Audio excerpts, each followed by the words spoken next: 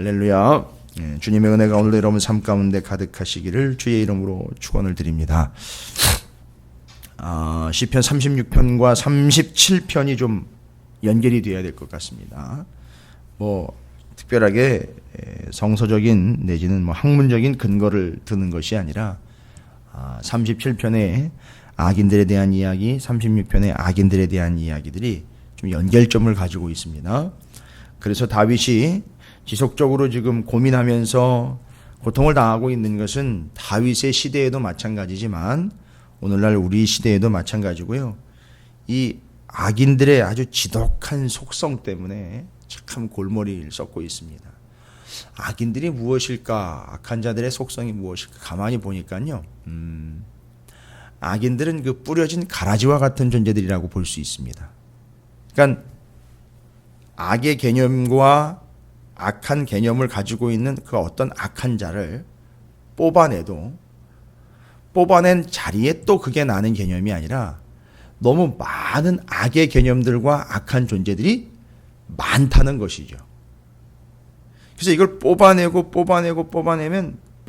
또 그 자리에 또 나는 이런 반복적인 개념이라기보다는 다윗을 괴롭히고 있고 우리 주변에서 우리를 괴롭히는 악인들은 이 악인이 물러가도 또 다른 악인이 덤비고 이 악인을 처리를 해도 또 다른 악이 우리를 공격한다는 것이죠. 그래서 아마 가라지라고도 이야기할 수 있을 것 같습니다. 물론 가라지 비유는 이제 그런 개념을 위하여 얘기한 건 아니지만 그래도 어쨌든 가라지 건들다.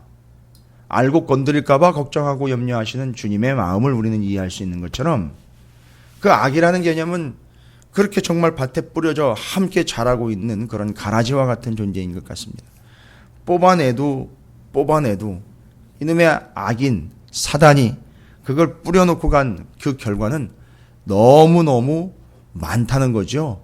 헤아릴 수 없이 또 고통스럽다라는 것입니다. 자, 그래서 미리 말씀을 드리지만 37절에서는요. 하나님이 악인들을 가라지로 비유를 해서 잠깐 동안 있다가 사라질 풀포기로 얘기를 하시고요. 의인들에게 약속을 주십니다. 무슨 약속을 주시느냐 하면 그 땅 네 거 해라. 그 땅 네 거 해라. 뭔 얘기죠?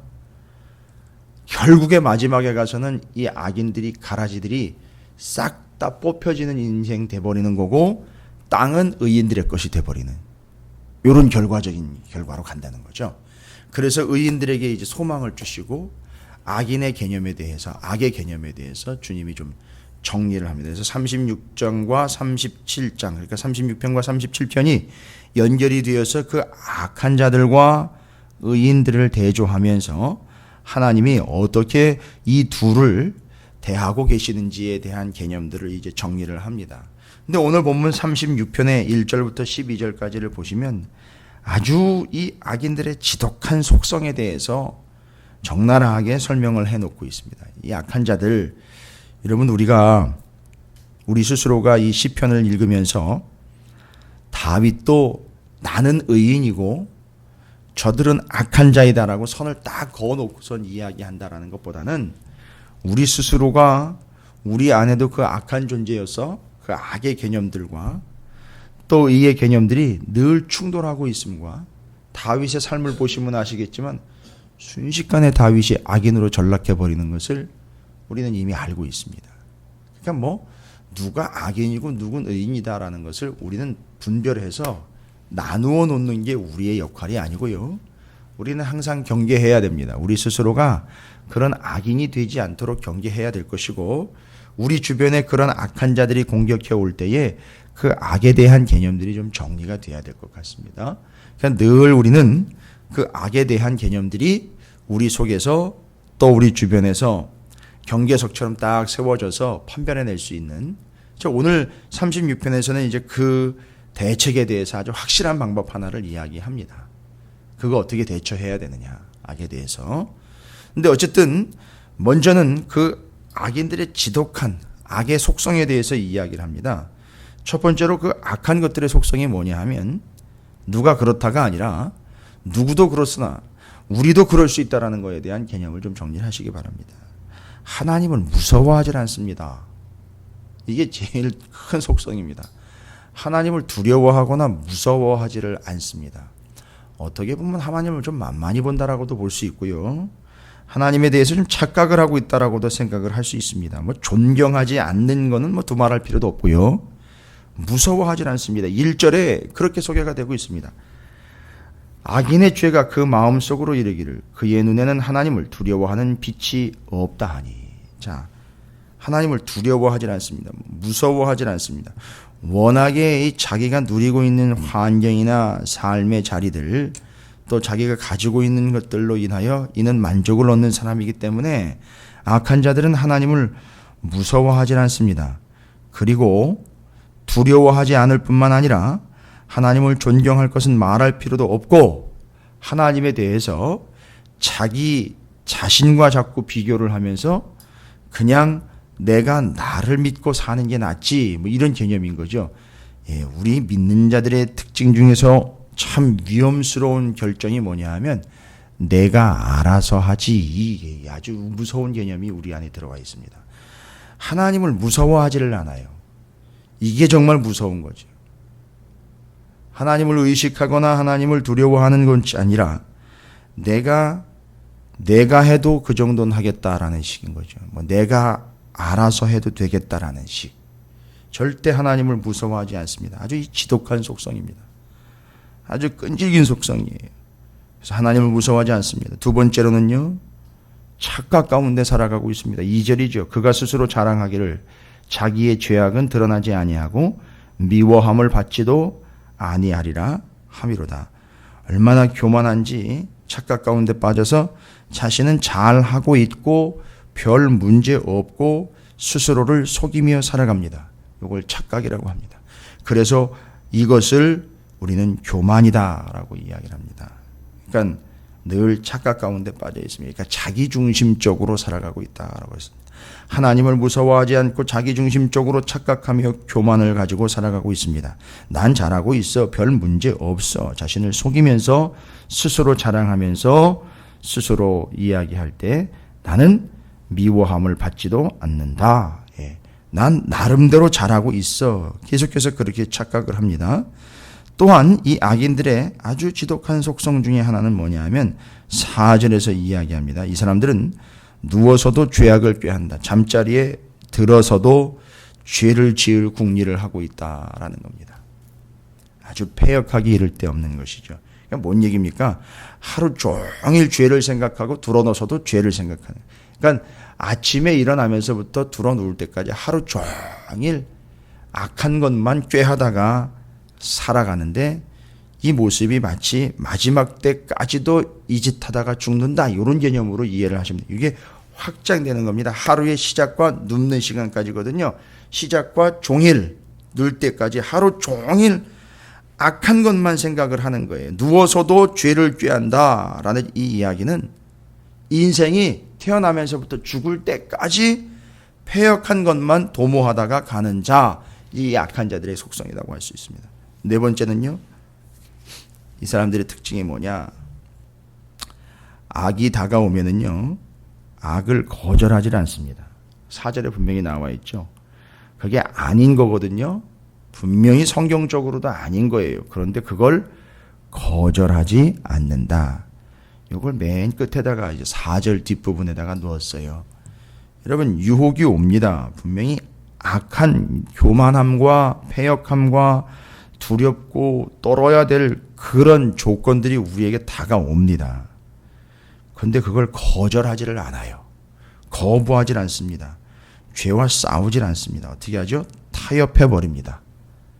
거부하지 않습니다. 그래서 아주 명확하게 명시를 하고 있습니다. 악을 거절하지 않는다. 여러분, 아무리 우리가 의인이라도요, 악을 거절하지 않으면 우리는 악인이 되는 거예요. 아무리 우리 안에 확신이 있어도 악의 유혹이 올 때 그걸 거절하지 못하면 악인이 되는 겁니다. 잠깐만 실수했고 잠깐만 넘어갔고 잠깐 착각하는 사이에 그것이 들어왔다. 그런 건 핑계가 되는 거고요.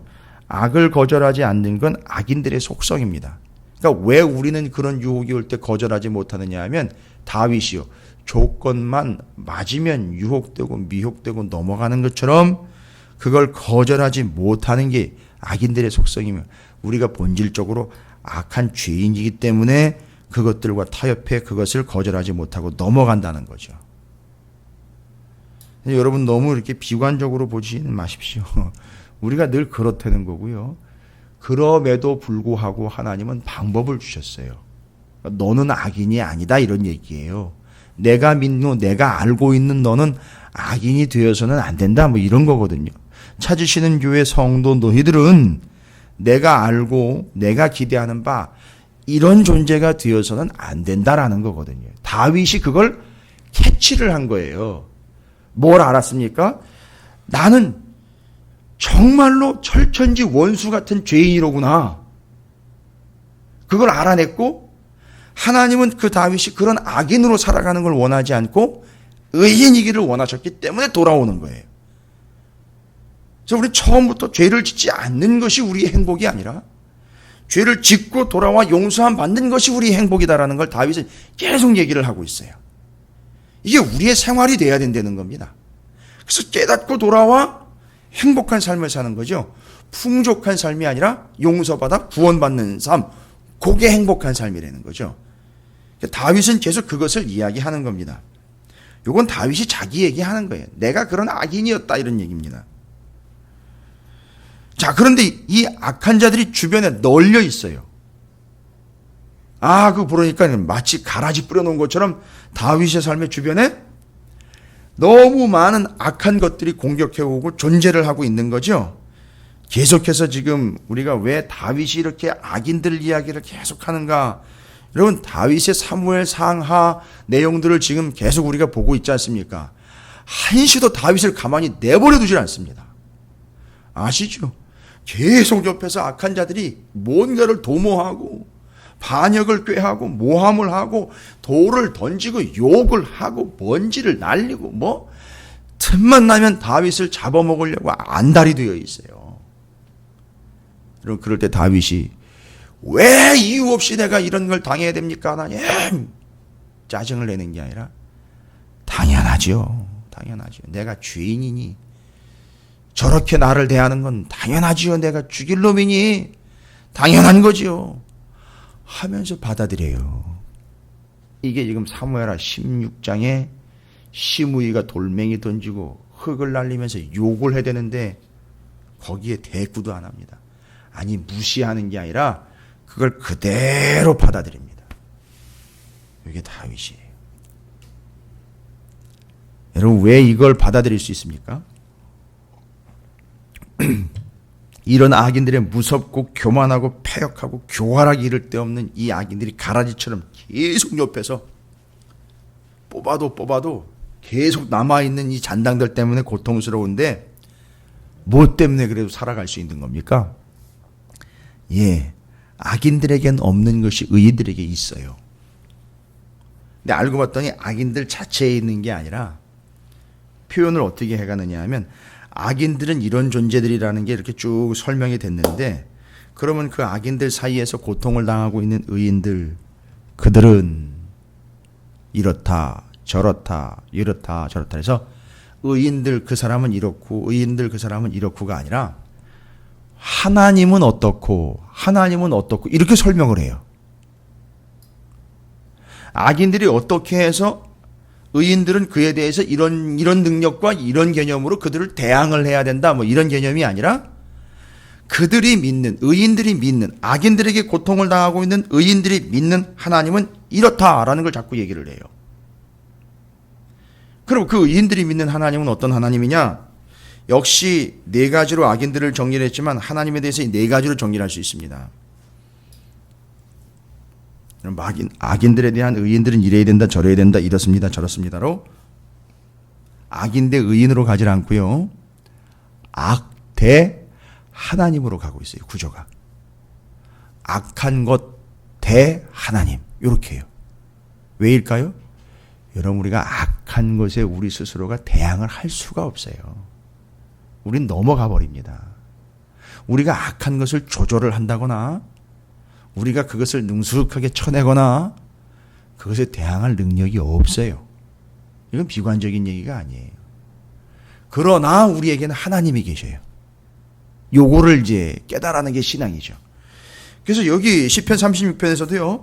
그런 악인들이 가라지처럼 계속 옆에서 나가고 있고 아주 뭐 뽑아도 수를 헤아릴 수 없이 많은 그들의 악이 존재하는데 거기다 대고 하나님은 이럽니다. 하나님은 의인들이 믿는 하나님은 내가 믿는 하나님은 다윗이 얘기하죠. 어떤 하나님입니까? 5절, 7절, 10절에 하나님은 인자하신 하나님이다 라고 이야기를 해요.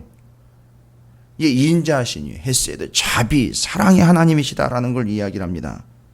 몰인정한 악인들과는 대조적으로 하나님의 인자하심을 이야기합니다.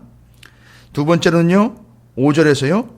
하나님의 진실하심이라고 이야기했는데 이 진실이라는 말 여호와여 주의 인자하심이 하늘에 있고 주의 진실하심이 공중에 사무쳤다. 이 진실이라는 말은 여러분 이렇게 한번 이해를 하시죠. 하나님의 의미상 성실하심이라고 보시면 돼요. 여러분이 왜 구원받으셨는지 아십니까?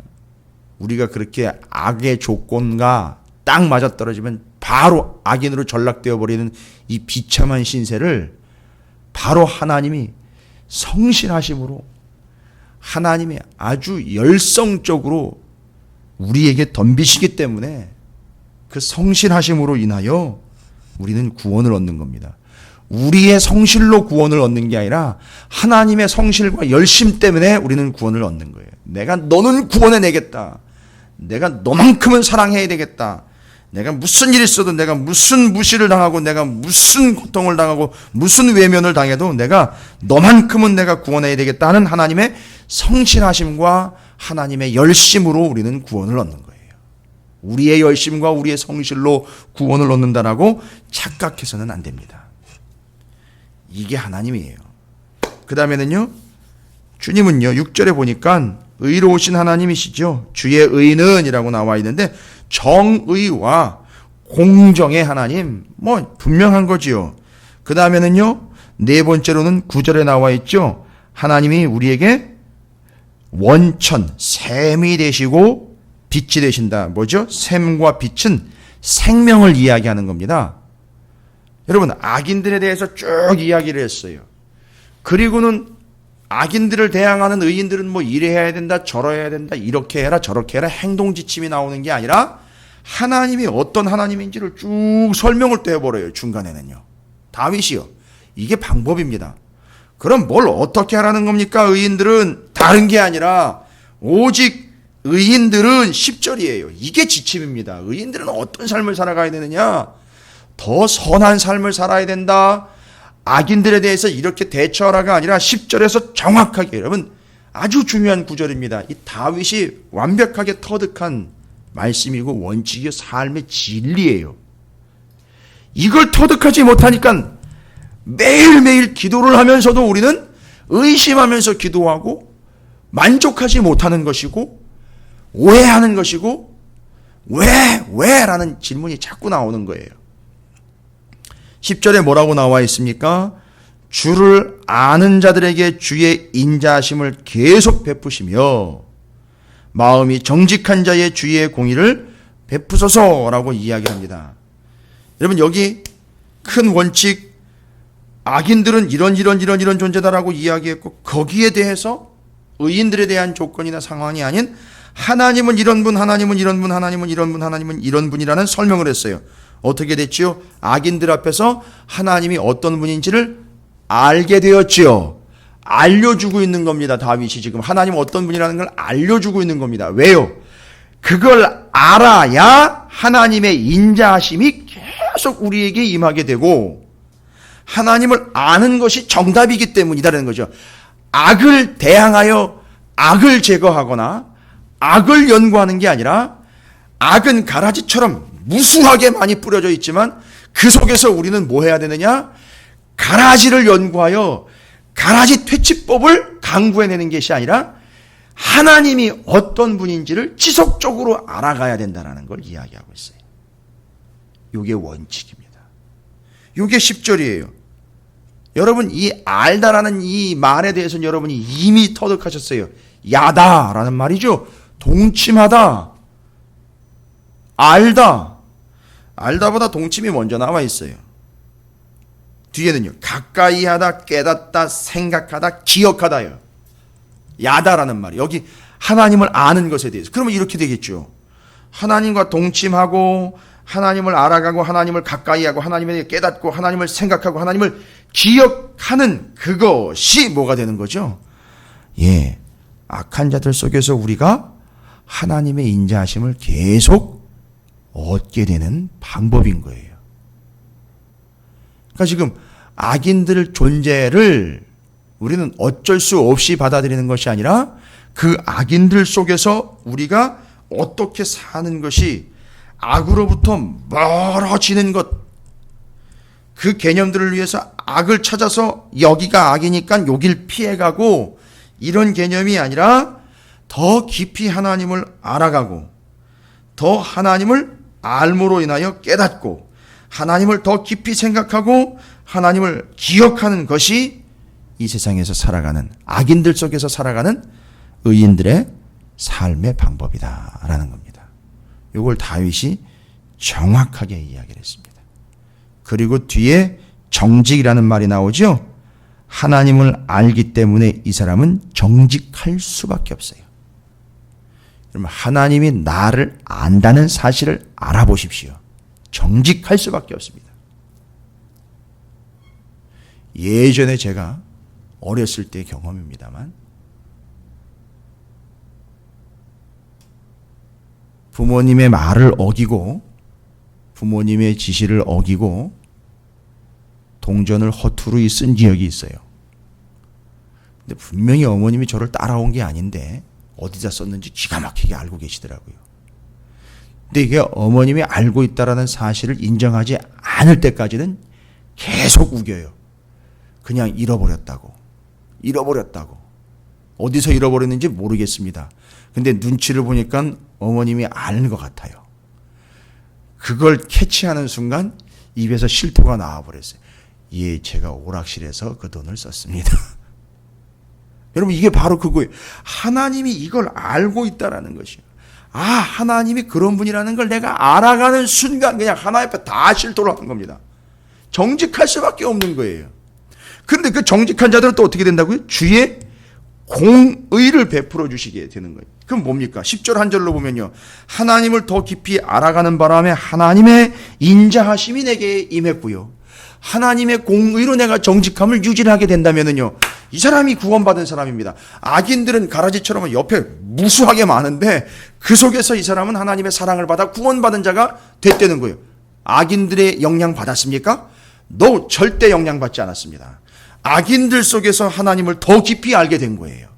그런데 그 악인들 속에서 악한 것 속에서 이 사람은 구원을 받게 되는 겁니다. 그리고 정직한 자가 되어 삶을 살아가고 있다는 거죠. 여러분, 이게 방법입니다. 악인들을 연구하실 필요 없습니다. 악인들의 패턴을 연구하실 필요가 없어요. 악의 유형을 연구하실 필요가 없습니다. 하나님을 더 깊이 야다, 알다, 동침하다, 가까이 하다, 깨닫다, 생각하다, 기억하다.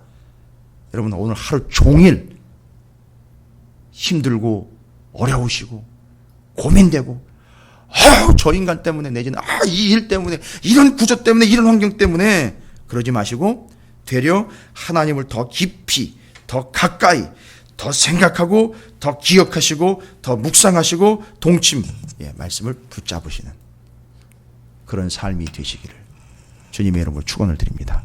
이게 방법이에요. 이게 의인들의 삶의 방법입니다. 악인 대처법이 아니라 하나님과의 관계 개선법이에요. 여러분, 오늘 하루 동안 이 10절의 말씀을 그대로 고스란히 여러분의 삶에서 실현해 내시는 하나님과 더 가까워지는 하나님을 더 깊이 알아가는 그래서 악한 이들 속에서 악한 환경 속에서도 하나님의 자비와 하나님의 공의로 구원과 사랑과 은혜를 경험하게 되는 한날이 되시기를 주님의 이름으로 축원을